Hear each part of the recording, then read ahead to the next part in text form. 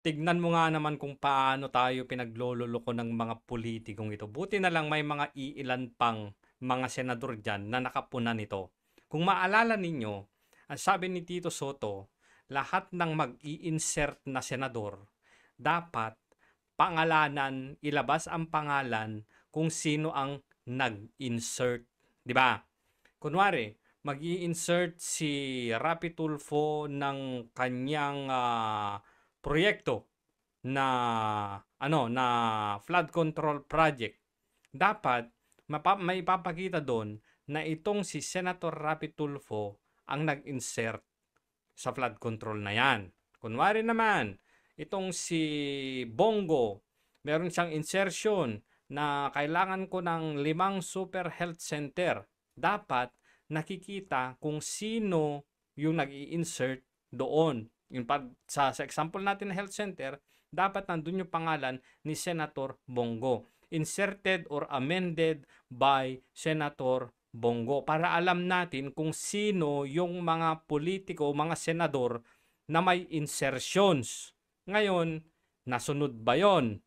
Makikita ba yon kung sino yung mga yon? Aba, parang hindi yata. O eto, nabulgar. Panoorin. The indulgence of Senator Cayetano, our Minority Floor Leader. Nakasanayan po kasi natin na kapag may mga punto para mabawasan na yung debate, minsan yung chairman na lang ang nagpo-propose through the period of individual amendments nung mga amendment na pinanukala nung nagdedebate. Pero ngayon, ang proseso na gusto ng ating ginagalangan chairman ng Committee on Finance, lahat padaanin na sa period of individual amendments, doon ipasok at dito niya pagpapasan kung tatanggapin niya o hindi. Tama po ba? At kung may contention, ayaw niya, pagbobotohan sa plenaryo. Pero ang tanong ko, nagalang-galang na chairman, in the interest of transparency, is it written in any portal who proposed the changes to the HGAB in the committee report? I'll give you an example. Out of the blue, yung Cagayan State University, pinroposa ng 77 million na dagdag. Pero yung katabi niya sa rehiyon na yun, Batanes State College, wala. May I ask, who proposed the 77 million increase? Yan ang maganda. Di ba? Yan sinasabi ko kanina.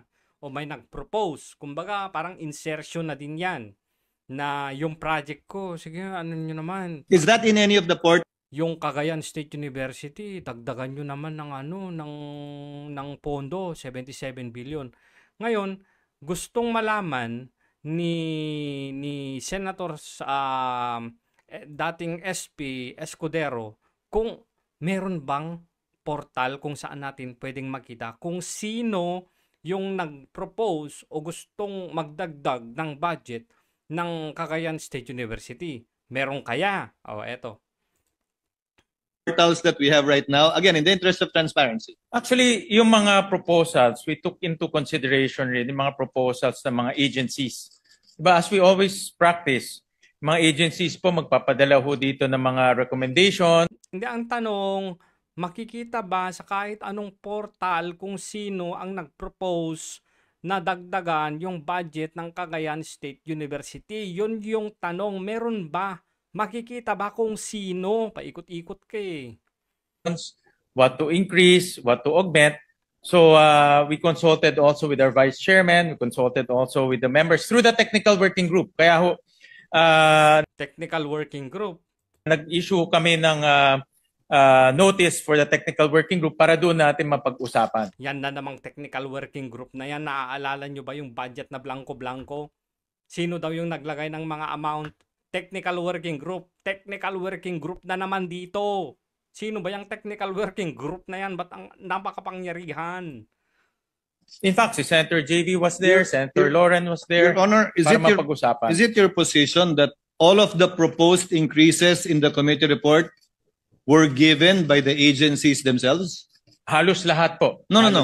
Halos lahat. So, ibig sabihin, hindi lahat.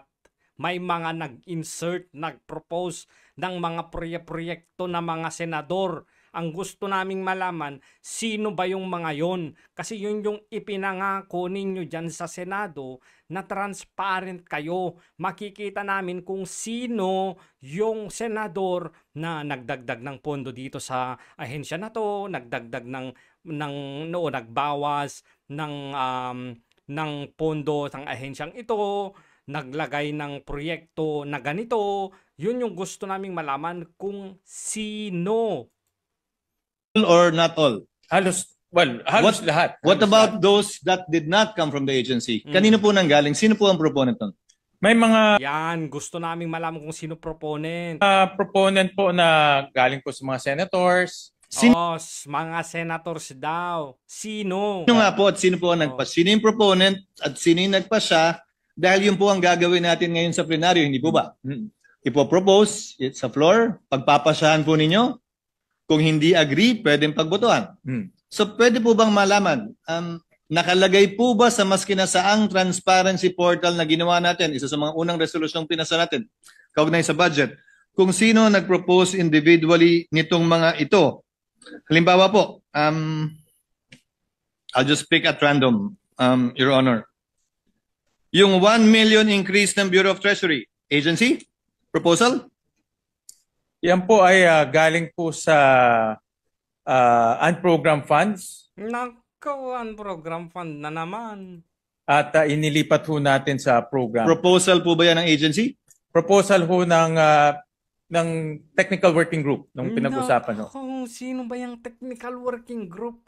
Sino ba yung mga yan? Parang may small committee na naman kayo dyan. Ano pong pangalan at address ni TWG? Yan na nga ba sinasabi ko eh. I mean, Ba't takot na takot kayong magpangalan kung sino ang nagpo-propose? Kung sino ang mga nag-i-insert dyan? Bakit sikreto? Akala ko ba transparent? again, we want transparency, Your Honor, right? So we have to put it on the record. Well, The whole changes involved in the committee report is about, according to you, 326 billion. O, tingnan nyo, 326 billion yung iniba. Sinong nag-iba? Sino-sinong mga senador? Yun ang gusto naming malaman kasi yun din yung pangako ninyo na full transparency kayo, di ba? Pero ngayon ang hirap-hirap ninyong hirap na hirap kayong pangalanan kung sino yung mga yun. So isn't it just proper and right that we know who the proponents are of these proposals? marami ho kasing mga proposals pinapadala ho sa amin in writing. Sino nga? Sino? In iba ho ay tinatry ho natin ma-accommodate by finding sources. So lahat naman ho yan in writing pinapadala ho Mr. sa... Chairman, ulitin ko po ulit. Mr. President, I'm sorry. Wala naman pong problema eh. Ang tanong ko po, nakasulat po ba yan sa mas kinasaang transparency portal na nilabas ninyo kung kanino nang galing yung mga proposal na nilagay sa committee report ng Committee on Finance at sino po yung nag-approve? Hindi po pwedeng, alam mo yun, komite, Aminin nyo na lang kasi kung sino-sino yung mga yan. Kung meron bang kayong nilalabas na mga pangalan o wala. Nakuha po. Opo. So again, at random, I presume the increase in the I'm choosing at random, Your Honor, really. The increase in the office of the president. Sinong nag-propose niyan? Same agency proposal? Or Agency proposal ho yun. Agency the increase in the OVP? Bongo. The restoration ho yan sa NEP. Sino nga? Restore ho So natin who sa NEP. proposed that? Did the agency propose that? Actually, may proposal ho si Senator Go doon Senator Go. Napangalanan mo, Senator Go. Bakit yung iba hindi mo mapangalanan? sa restoration of the NEP. In fact, he proposed to even add more. No? No, that's the point I'm driving at, Your Honor. Again, given So all the of point, this naman ho, mayroong mga records na pinapadala ho. Meron ngang mga records pero hindi nakikita ng taong bayan. Di ba yun yung ninyo? Yun yung gusto yung gawin ninyo para transparent talaga? Para makikita kung sino yung nag-propose, sino yung mga nag-i-insert dyan. Meron kayong record, pero ang gusto namin, nakikita namin kung sino yung mga yan. Yun yung point doon. Transparency nga eh. Ano ba to? Transparency? Saan? Transparency lang para sa inyo? Transparency dapat para sa taong bayan. I agree, At Mr. President. compile naman namin. I agree, Mr. President. But again, And then, during the technical working group, we go line by line also. Yan na naman ang technical working group. Lahat po ng mga items, line by line, and pinag-uusapan ho doon kung sino nag-propose, kung ano pa. Oo nga, pero meron bang transparency portal kung saan pwedeng makita yung mga nag-propose o nag-insert, nag-amend ng kung ano-ano dyan? Meron ba o wala? Kung hindi ko kaya ma-accommodate, ano hong pwedeng i-accommodate, pinag-uusapan naman ho doon. again, agreed, Mr. President. We have no debate there. The point is, although it's collated, although it's compiled, is it found anywhere? It's Yan in, nga. hindi ho namin Yan nga, is it found anywhere? in-upload sa Hindi pa in-upload, lintik na yan. Bakit hindi? Paano namin makikita ngayon yan? Paano namin makikita ngayon yan? Hindi nyo in-upload. So, sa inyo lang yan. Kayo-kayo lang. Anak ng tinapa naman. Asan na yung sinasabi ninyo? Na dapat malaman ng taong bayan kung sino ang nag-i-insert, sino yung proponent, lahat-lahat. Nasaan na hindi nyo ina-upload? Bakit? May tinatago ba kayo? portal, if that is the question of His Honor. Yes. So it's not in any portal. But lahat ho yan ay may basis and recorded. Yes. Yes, we know. Sige na, lahat may basis. Pero umamin ka na hindi nyo na-upload sa kahit saan. So, hindi makikita ng taong bayan. Yes. I'm sure there is. Only that it's not in any portal. No, hindi ho. Pero lahat O, tapos ang usapan, wala nang pero-pero. Wala. Hindi makita. Hindi transparent. Kumbaga, transparent lang sa inyo. Pero sa taong bayan, hindi transparent. Hindi full transparency. Pinaglololoko nyo ang mga Pilipino talaga eh. Ano bang kinakatakot nyo? Kung kunwari si Risa Hontiveros ay nag-insert ng 5 covered court, bakit takot na takot kayo? Kung wala namang masama sa insertion ninyo, kasi kayo mismo ang nagsabi na merong masama at mabuting insertion. So ngayon na hindi ninyo pinapakita sa taong bayan kung sino yung mga nag-i-insert, anong iisipin namin?